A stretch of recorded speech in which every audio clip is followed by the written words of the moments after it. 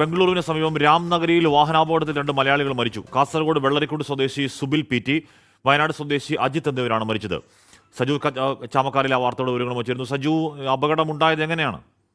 Pickup lorry, അതായത് pickup van ഒരു ഡിവൈഡറിലേക്ക് ഇടിച്ചു കയറിയാണ് ഇത്തരം ഒരു വലിയ അപകടം ഉണ്ടായിരിക്കുന്നത്. അപകടത്തിൽ 2 മലയാളികൾക്കാണ് ജീവൻ നഷ്ടമായിരിക്കുന്നത്. കാസർഗോഡ് വെള്ളരിക്കുണ്ട് സ്വദേശി സുബിൽ PD, അതോടൊപ്പം തന്നെ വയനാട് സ്വദേശി അജിത്ത് എന്നിവരാണ് മരിച്ചിരിക്കുന്നത്. ഇവർ ബംഗളൂരുവിലേക്ക് സാധനങ്ങൾ വാങ്ങാനായി പിക്കപ്പുമായി വന്നതാണ്.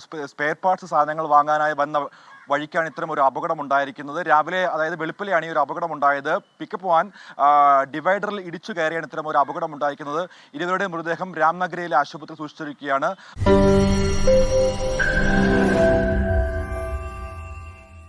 ലോകത്തെവിടെയായാലും ഏത് സമയത്തും 24 വാർത്തകളും ഓഗ്മെന്റഡ് റിയാലിറ്റി പാക്കേജുകളും എക്സ്പ്ലെയിനറുകളും വിശദമായി കാണാൻ ഞങ്ങളുടെ യൂട്യൂബ് ചാനൽ നിങ്ങൾക്ക് സബ്സ്ക്രൈബ് ചെയ്യാം.